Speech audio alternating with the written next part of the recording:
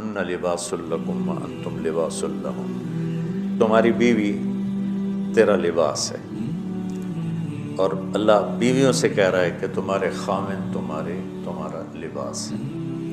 جتنا لباس خوبصورت ہوتا ہے اتنا انسان پرکشش ہو جاتا ہے۔ جتنا آپ اپنے لباس کی حفاظت دیں، بیوی کی حفاظت کرو گے، بیوی خامن کی حفاظت کرے گی، یہ رشتہ پرکشش ہو جائے گا، خوبصورت ہو جائے گا۔ اس میں ایک بات رہ گئی تھی، وہ ہے نساؤکم حرث لکم، یہ اسی میں آتا ہے لیکن تھوڑا سا آگے جا کے آتا ہے، تو اس دن بعد وہ اذا سالک عبادی میں چلی گئی۔ تو نساؤکم حرث لکم فأتوا حرثکم انا شئتم، اس کا مفسرین نے ایک ہی مطلب بیان کیا جو فأتوا حرثکم انا شئتم، لیکن جو کہ میں ذمہ دار ہوں، مجھے حرث سے ایک مطلب سمجھ آئے، میرے پیشے کا لفظ ہے نا حرث۔ اللہ نے یہاں عورت کو تشبیہ دی ہے کھیتی سے۔ میری آنکھ اس ماحول میں کھلی جہاں ہم پشتوں سے ذمہ دار چلے آ رہے ہیں۔ درخت جب پھل نہیں دیتا ہے تو ذمہ دار اس کو ڈنڈے مارتا ہے، اس کو گالیاں نکالتا ہے۔ کس طرح ذمہ دار ایک پودے کو پروان چڑھاتا ہے، یہ ہے تمہاری ذمہ داری اپنی بیوی، چونکہ تم نہیں کسی کے گھر گئے، تمہارے گھر کسی کی بیٹی آئی ہے، ماں چھوڑ کے، باپ چھوڑ کے، بہنیں چھوڑ کے، بھائی چھوڑ کے، سہیلیاں چھوڑ کے، اور اپنی ترتیب زندگی کو توڑ کر ایک بول پر تیرے گھر آئی ہے، تو پاگل تو آتے ہی اس کے ساتھ بدتمیز ہو رہا ہے، کبھی گالیاں دیتا ہے، کبھی تانے دیتا ہے، کبھی تیری ماں اسے کچھ سناتی، کبھی تیرا ابا اسے کچھ سناتا ہے، کبھی تیری بہنیں اسے کچھ سناتی۔ تو نے کھیتی کی راکھی کیا کرنی تھی، تو نے تو کھیتی کو آگ ہی لگا کے رکھ دی، تو یہ فصل کیسے دے گی، تو گندا دانہ اس میں سے نکلے گا۔ تو عورت کو اللہ تعالیٰ نے زمین سے تشبیہ دی، اور اس سے آنے والی اولاد کو کھیتی سے اللہ تعالیٰ نے تشبیہ دی، اور زمین سے کھیتی لینے کا ایک طریقہ ہے، ہل چلتا ہے، زمین نرم کی جاتی ہے، پانی لگتا ہے، پھر اسے اور نرم کیا جاتا ہے، پھر جڑی بوٹیوں کو صاف کیا جاتا ہے، اسے تیار کیا جاتا ہے، پھر اس میں دوبارہ ہل چلا کے بیج لگایا جاتا ہے، پھر اس بیج کی راکھی کی جاتی ہے، حفاظت کی جاتی ہے۔ جب وہ پانی مانگتا ہے پانی دیتے ہیں، چاہے رات کے 12 بجے بھی پانی کی ضرورت ہے، وہ پانی پہنچ رہا ہوتا ہے۔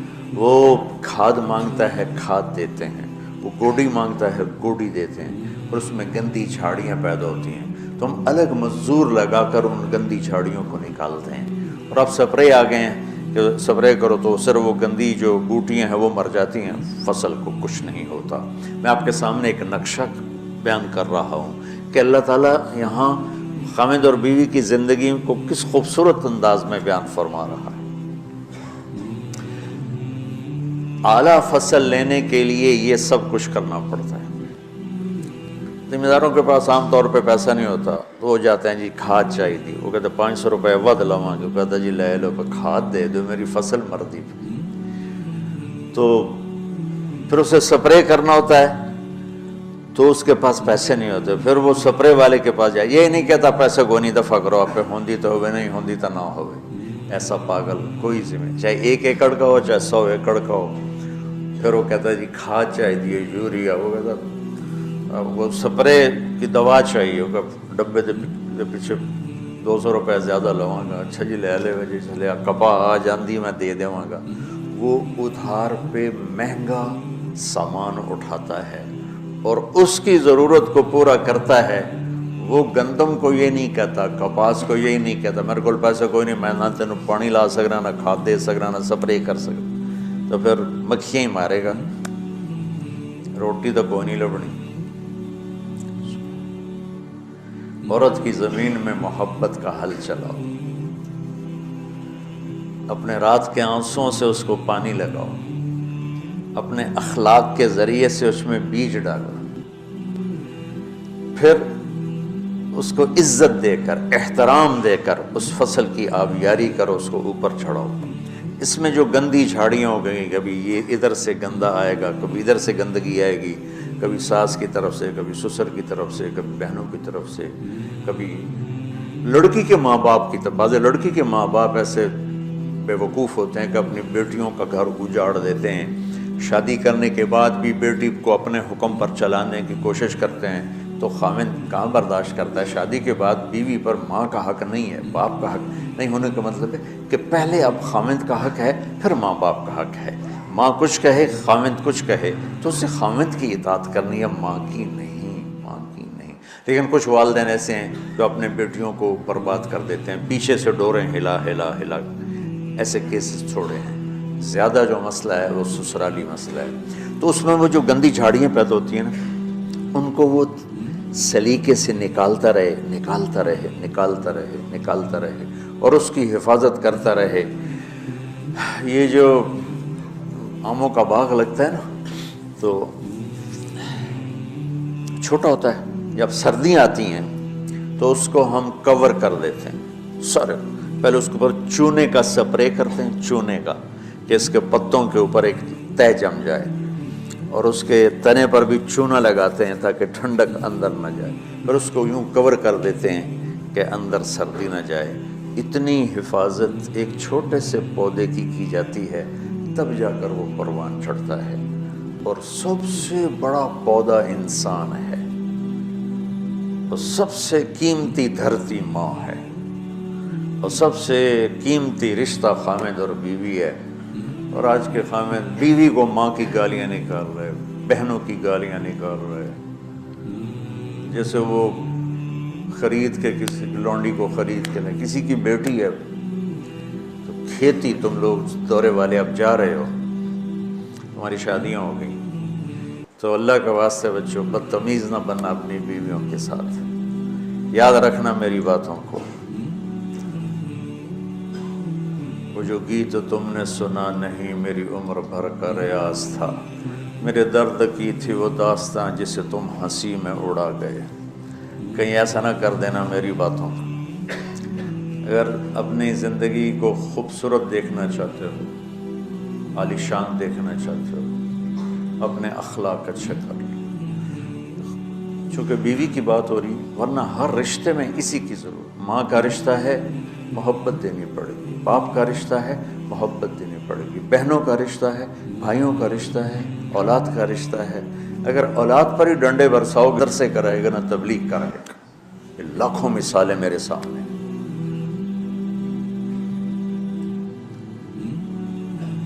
تو اولاد پر بھی جبر کرو گے تو باغی ہو جائیں گے۔ ایک ہمارے ساتھی نے اپنے بیٹے کو حافظ بنایا، وہی تبلیغی زور، بچے کو تمنا نہیں ہے، انہیں بنایا۔ جب اس سر نکل آیا اس کا اور اس کی شادی ہونے لگی تو اس کے والد نے کارڈ چھپوایا، حافظ فلاں فلاں، انہیں سارے کارڈ جلا دی، جلانے کا مطلب پھینکوا دیا، کہ نئے سرے سے کارڈ چھپواؤ اور حافظ کا نام کٹاؤ، حافظ کا نام کٹا کے میرے کارڈ چھپاؤ۔ یہی فیصل آباد کا واقعہ۔ تو تمہارے ساتھ عالم کا لفظ لگا ہوا ہے، تم کہو گے میری اولاد بھی عالم ہو، 6 مہینے کی اولاد، اس کے سر پہ بڑی ساری ٹوپی ہوئے، جی چاہے تو اس لیے داڑھی بھی کاٹ لو ہوتی تھی۔ تو اتنے بچوں کے سر پہ ٹوپیاں چڑھائی ہوتی ہیں، ان کی فطرت کی زندگی، ان کو کھیلنے دو، انہیں ٹائم دو، انہیں دیکھو یہ کدھر موڑ رہے ہیں، جس طرف ان کا دھارا جا رہا ہے۔ صرف عالم بننے والا ہی مسلمان ہوتا ہے، صرف حافظ بننے والا ہی مسلمان ہے، اور کوئی مسلمان ہے ہی نہیں۔ اللہ نے ہمیں جو دعا سکھائی ہے، رب ہب لی من الصالح، رب ہب لی من العلماء تو نہیں کہا، رب ہب لی من الحفاظ بھی نہیں کہا، من الصالحین۔ نیک ہونا ضروری ہے، عالم ہونا ہو گیا تو ٹھیک ہے، نصیب کی بات ہے، بہت اعلیٰ چیز، حافظ بن گیا بہت اعلیٰ چیز، لیکن زبردستی کراؤ گے پچھتاؤ گے۔ زندگی کے تمام شعبوں کو زندہ کرنا۔ ایک اور آیت سورۃ آل عمران کی ہے، یہ سارے دین کی روح ہے، اور یہ دین کا مرکزی نقطہ ہے، مرکزی نقطہ۔ جیسے گاڑی ہوتی ہے نا، اس کا بیلنس کیا جاتا ہے تو پھر وہ صحیح چلتی ہے۔ اس کا ایک نقطہ ہوتا ہے، اس پر آ کر چاروں ٹائروں کو ایک جیسے زاویے پر جمع کرنا ہوتا ہے، پھر وہ صحیح چلتی ہے۔ اگر وہ بیلنس آؤٹ ہو جائے تو سوزوکی ہو یا لینڈ کروزر ہو وہ سیدھی نہیں چلے گی، کبھی یوں ہو جائے گی، کبھی یوں ہو جائے گی، کبھی یوں، وہ خود بھی تھکے گی اور مسافر کو بھی تھکائے گی۔ تو ہر چیز کا سینٹر پوائنٹ جب صحیح ہوتا ہے تو وہ چیز صحیح چلتی ہے۔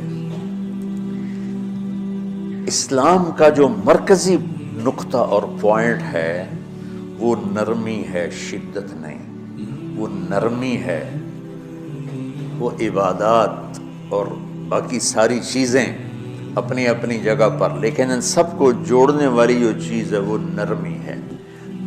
یہ میں نے کہاں سے لیا؟ میں ایک دفعہ جا رہا تھا پاناما، تو سورہ کہف کو دیکھ کے پڑھ رہا تھا، ویسے مجھے یاد ہے میں دیکھ کے پڑھ رہا تھا۔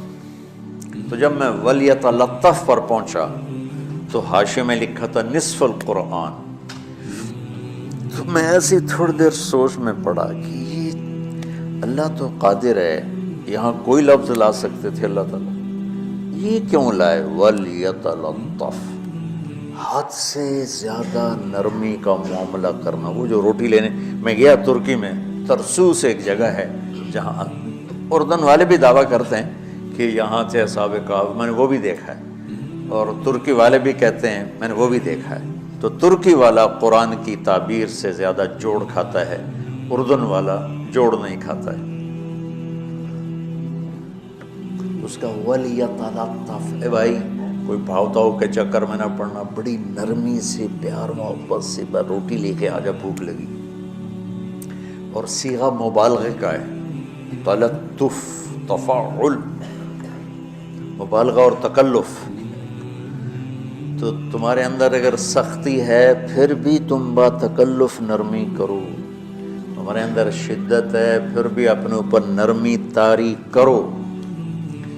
تو یہاں سے مجھے یہ بات سمجھ میں آئی کہ پوری شریعت کا سینٹر پوائنٹ قرآن ہے، اور قرآن کا سینٹر پوائنٹ نرمی ہے، وَلْيَتَلَطَّفْ۔ اب ہمارے ڈانٹ ڈپٹ کو بزرگی سمجھا جاتا، ڈانٹ ڈپٹ کو تربیت سمجھا جاتا، استاد شاگرد کو ڈانٹ رہے ہیں، پیر مریدوں کو ڈانٹ رہے ہیں، امیر مامور کو ڈانٹ رہے ہیں، والدین اولاد کو ڈانٹ رہے ہیں، اور میرا اللہ کہہ رہا ہے نرمی۔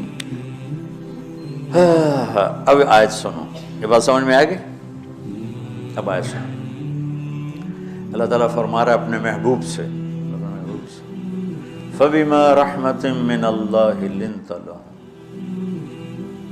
وَلَوْ كُنْتَ فَظًّا غَلِيظَ الْقَلْبِ لَانفَضُّوا مِنْ حَوْلِكَ۔ رحمت اللہ یوں ہونا چاہیے، جو نحو کا قاعدہ ہے، فعل پہلے ہوتا ہے، اس کے متعلقات بعد میں ہوتے ہیں۔ تو لنت لہم برحمت اللہ، آپ اللہ کی رحمت سے نرم ہو گئے اپنے امت کے لیے۔ لیکن اللہ تعالیٰ نے فبما، اللہ نے اپنے نبی پر جتنے احسان قرآن میں بتلائے ہیں، الم یجدک یتیما فآویٰ الذی ایدک بنصرہ وبالمؤمنین۔ اب قرآن میں دیکھو وکان فضل اللہ علیک کبیرا، اللہ نے قرآن میں اپنے نبی پر جو احسان کیے وہ بتائے اور جتلائے کہ ہم نے آپ کے ساتھ یہ کیا، یہ کیا، یہ کیا۔ یہ احسان جیسے اللہ نے بتایا ہے نا اپنے نبی کو، یہ احسان نرمی والا جس طریقے سے بتایا، اس طریقے سے کسی احسان کو ذکر نہیں کیا۔ فبما، کس چیز پر آئے تو وہ یوں یوں کرتا، اور جب وہ بس پہ آتا تو ایسے ایسے کرتا، ایسے کہ بھئی بس بڑی ہوتی ہے نا تو اس کا یوں اشارہ کرتا، اور گاڑی چھوٹی تو اس کا یوں اشارہ کرتا۔ تو فبما، یہ جو فبما رحمہ ہے نا، یہ زمین آسمان سے بھی باہر نکل گیا ہے، اور مشرق و مغرب سے پار ہو گیا، شمال جنوب سے پار ہوگا، فوق تحت سے پار ہو گیا ہے۔ اللہ تعالیٰ فرما رہا ہے میرے محبوب میری اتنی بڑی رحمت آپ پر آئی جس کو آپ کے رب کے سوا کوئی نہیں جانتا، اور پھر آپ نرم ہو گئے، نرم ہو گئے۔ شکل نہ ہوتی، جنت کی حور سے بھی اعلیٰ شکل ہوتی، وَلَوْ كَانَ الْعُنْفُ خَلْقًا لَمَا رَأَى النَّاسُ خَلْقًا أَبْغَضَ مِنْهُ۔ اور اگر بد اخلاقی کی، سخت مزاجی کی کوئی شکل ہوتی تو وہ شیطان سے بھی زیادہ خوفناک ہوتی۔ امام اسماعیل رحمۃ اللہ علیہ بڑے علامہ گزرے ہیں، اور قرآن کی بڑی خدمت کی ہے لغت کے لحاظ سے، تھے انتہائی بدصورت، کوڑا سیاہ اور حبشی ٹائپ. کہنے لگے زندگی میں کبھی دھوکہ نہیں کھایا سوائے ایک دفعہ ایک لڑکی نے مجھے ایسا بیوقوف بنایا کہ میرے 14 طبق روشن کر دیے کہ میں جا رہا تھا تو ایک خوبصورت لڑکی نے مجھے مسکرا کے اشارہ کیا. میں کہنے بھائی کوئی میرے اوپر بھی عاشق ہے، تو میں اس کے پیچھے چل پڑا. وہ آگے آگے میں پیچھے پیچھے، وہ آگے آگے میں پیچھے پیچھے. بازاروں میں چلتے چلتے ایک مصور کی دکان پہ پہنچے تو اس نے مصور سے یوں اشارہ کیا اور آگے چلی گئی. وہ آگے چلی گئی تو میں حیران ہو گیا. میں نے کہا بھائی یہ کیا چکر ہے؟ کہا جی یہ ایک بچی کل میرے پاس آئی تھی کہ مجھے شیطان کی فوٹو بنا کے دو.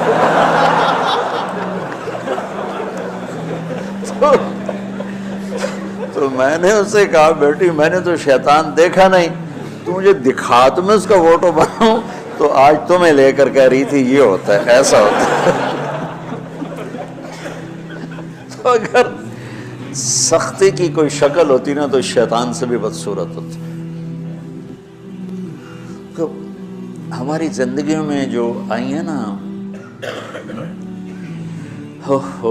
رکاوٹیں، اس کا کوئی بڑا سبب نہیں ہے. یہ اسباب ہیں چھوٹے چھوٹے مل کے بڑے ہو. زبان کی شدت، بول کی شدت، نظر کی شدت، طعنے تشنیع، مار پٹائی، اس نے ہمارے رشتوں کو تار تار کر دیا. اور میں قربان جو میرا اللہ تعالیٰ کہہ رہا ہے لو کنت فظا غلیظ القلب، اگر آپ کی زبان میں شدت ہوتی، آپ کے مزاج میں شدت ہوتی، لانفضوا من حولک. انفضوا کا مطلب بتایا تھا نا کل پرسوں، بھگدڑ مچ جانا، پیچھے مڑ کے نہ دیکھنا. معلم محمد مصطفیٰ جیسے ہوں صلی اللہ علیہ وسلم، اور طلبہ اصحاب رسول جیسے ہوں.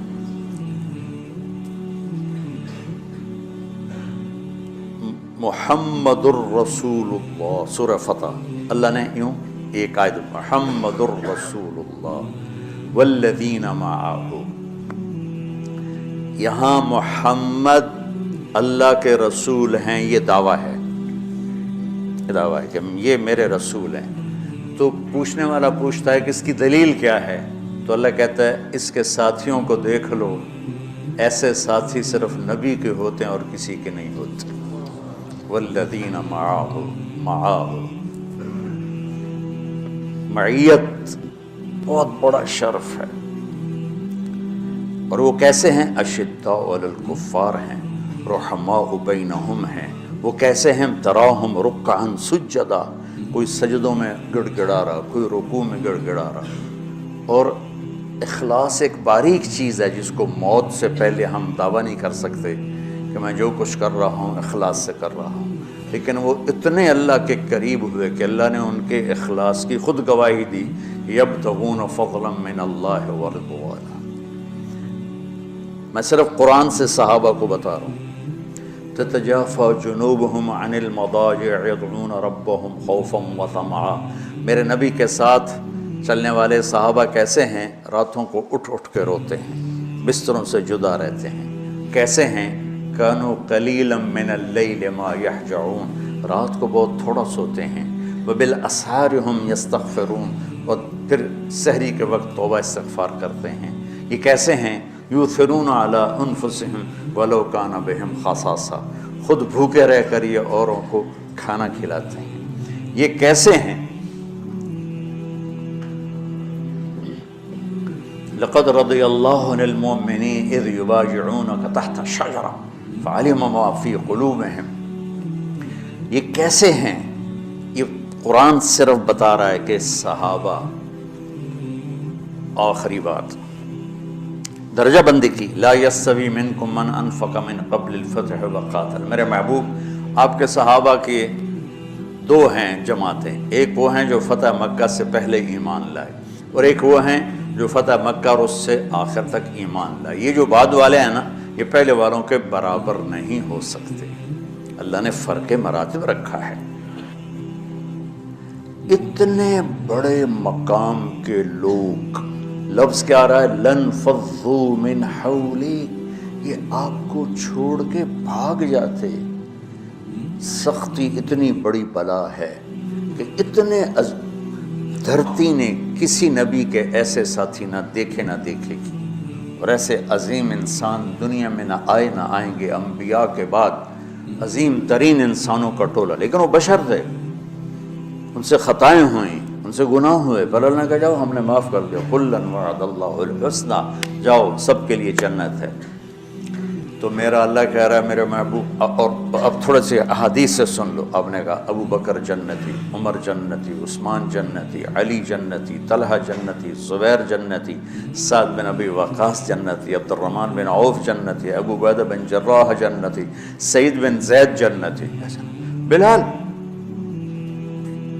جب جنت میں جاتا ہوں تیرے پاؤں کی آہٹ اپنے آگے آگے سنتا ہوں۔ جس نے جنتی عورت کو دیکھنا ام رومان کو دیکھ لی، بڑے بڑا مناقب صحابہ اٹھا کے دیکھو۔